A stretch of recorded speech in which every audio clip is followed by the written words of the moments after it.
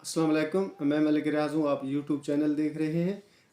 आज हम बात करते हैं कि नबी करीम अलैहिस्सलाम के साथ अगर हमें मोहब्बत है तो उसका तकाज़ा क्या है, उसके पीछे रीज़न क्या है, उसके पीछे वजह क्या है। इसकी मैं एक छोटी सी मिसाल पहले कोट करता हूँ कि हमें दुनिया में मुख्तलिफ़ शख्सियात के साथ मोहब्बत होती है। सबसे पहले जो सबसे पहली हमारी मोहब्बत होती है वो हमारे वालिदैन होते हैं। और वालिदैन हमारी मोहब्बत क्यों होते हैं, हमें वालिदैन के साथ इतना ज़्यादा मोहब्बत क्यों होता है? इसलिए मोहब्बत होती है कि वालिदैन सबब बनते हैं, इंसान को आलम अरवाह से लेकर ज़मीन तक लाने में एक सबब बनते हैं।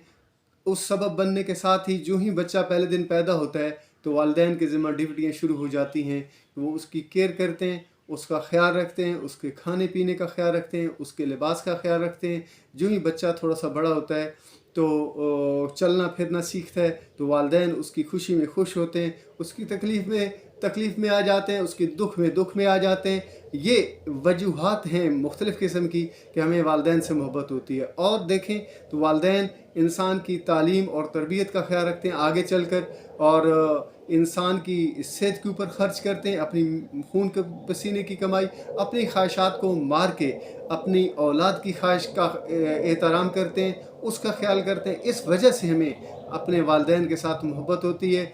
और वैसे भी अल्लाह का भी हुक्म है कि आप अपने वालिदैन के साथ जो है ना वो एहतराम के साथ पेश आओ।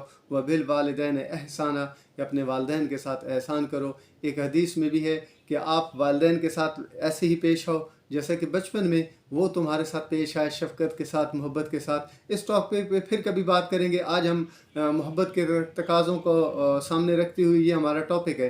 तो आगे चलकर हम देखते हैं तो हमें दुनिया के और भी बहुत सारे रिश्ते हैं जिनसे हमें वालिहाना मोहब्बत हो जाती है। मिसाल के तौर पर एक शागिर्द को भी उस्ताद से मोहब्बत हो जाती है। वजह ये होती है कि वो उस्ताद किरदार में बहुत आला होता है, वो अपने काम में बहुत माहिर होता है। अगर वो किसी चीज़ का मैकेनिक है तो उसको अपने काम के अंदर इतनी ज़्यादा महारत होती है कि जो है ना शागिर्द उसकी मोहब्बत में गिरफ़्तार हो जाता है। एक टीचर है तो उसको अपने सब्जेक्ट के ऊपर इतना ज़्यादा अबूर हासिल होता है कि वो अपने सब्जेक्ट में इतना अच्छा तरीके से बच्चों को डिलीवर करता है, इतने अच्छे तरीके से उनको पढ़ाता है, इतने अच्छे तरीके से उनको वो ट्रांसफ़र करता है तालीम के बच्चों को अपने टीचर के साथ भी मोहब्बत हो जाती है। इसी तरीके से टीचर्स को भी अपने बच्चों के साथ मोहब्बत हो जाती है। कोई बच्चा जो है वो बहुत ज़्यादा ज़हीन है, बहुत ज़्यादा ताबेदार है, बहुत ज़्यादा रिस्पेक्ट करता है, तो वापस में जो है ना टीचर को भी अपने स्टूडेंट के साथ मोहब्बत हो जाती है। ये मोहब्बत एक तकाज़ा है।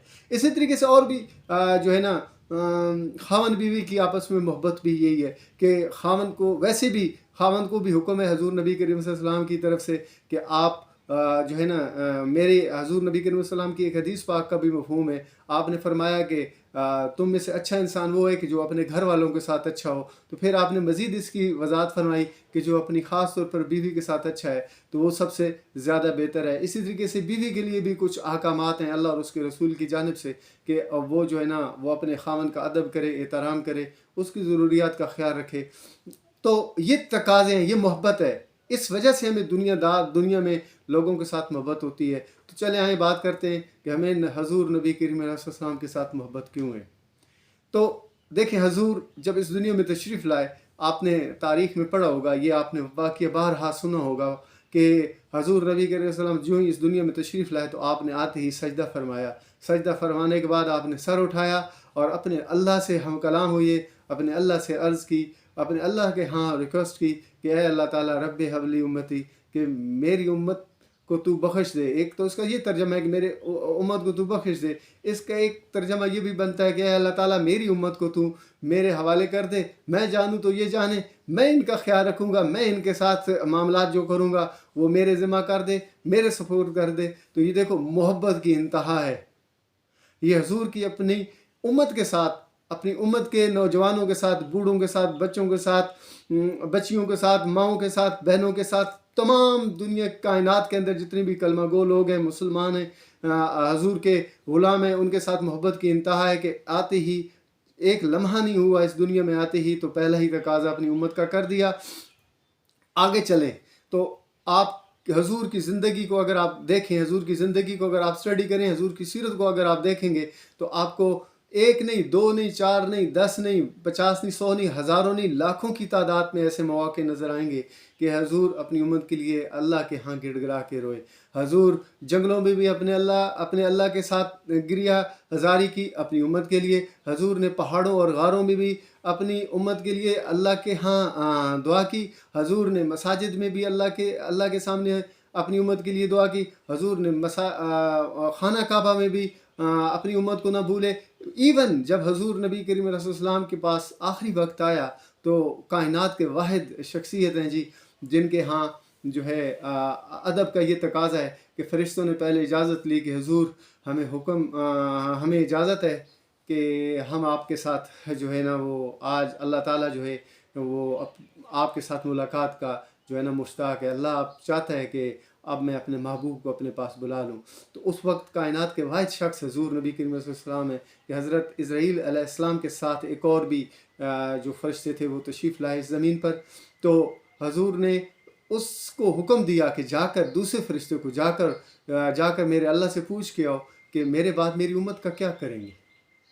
تو جب وہ فرشتہ اللہ کے ہاں گیا تو اللہ نے کہا کہ میرے محبوب کو فرما دیجئے کہ ہم آپ کو امت کے معاملے میں خوش کر دیں گے. تو جب وہ واپس آئے تو انہوں نے خوشخبری سنائی کہ حضور اللہ نے فرمایا ہے کہ ہم آپ کو آپ کی امت کے معاملے میں خوش کر دیں گے. تو حضور نے کہا اب میری آنکھیں ٹھنڈی ہیں, اب میں پرسکون ہوں. اب اسرائیل کو حکم دیا کہ اب آپ اپنا جو ہے نا وہ تقاضا جو ہے نا وہ پورا کریں. ظاہری طور پر حضور جب اس دنیا میں بھی تشریف لے کے جا رہے تھے تو حضور نے عین اس لمحے پر بھی اپنی امت کو نہ بھولا.